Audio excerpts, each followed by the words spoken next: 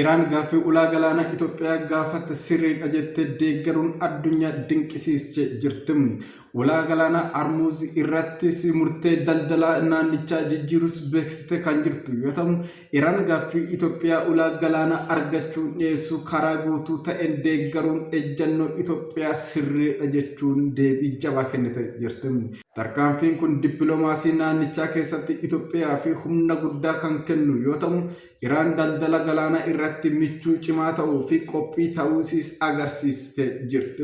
Gama biraatiin Iraan dooniiwwan Iraaqii dhorkaa tokko malee ulaa galaana Hormuz akka darban kan eeyyamte yoo ta'u, ajajaan waraanaa qindoomina Iraan Kiyaatam al-Anbiyaa akka jedhanitti hordoffii cimaa fi ittisa ulaa kanaa irratti taasifamu dooniiwwan biyyoota diinaa irratti qofa kan raawwatamu ta'us murtee cimaa dabarsitee jirti. Teheraan sarara daldala addunyaa dhibbeentaa 20 keessummeessu jabeessaa dhufuu agarsiisaa kan jirtu yoo ta'u, tarkaanfii Iraanii ammaa kun hariiroo biyyoota naannichaa waliin qabdu jabeessuu malees daldala galaana addunyaa irratti hiikaa dinagdee fi siyaasaa guddaa kan qabus jedhamee jira.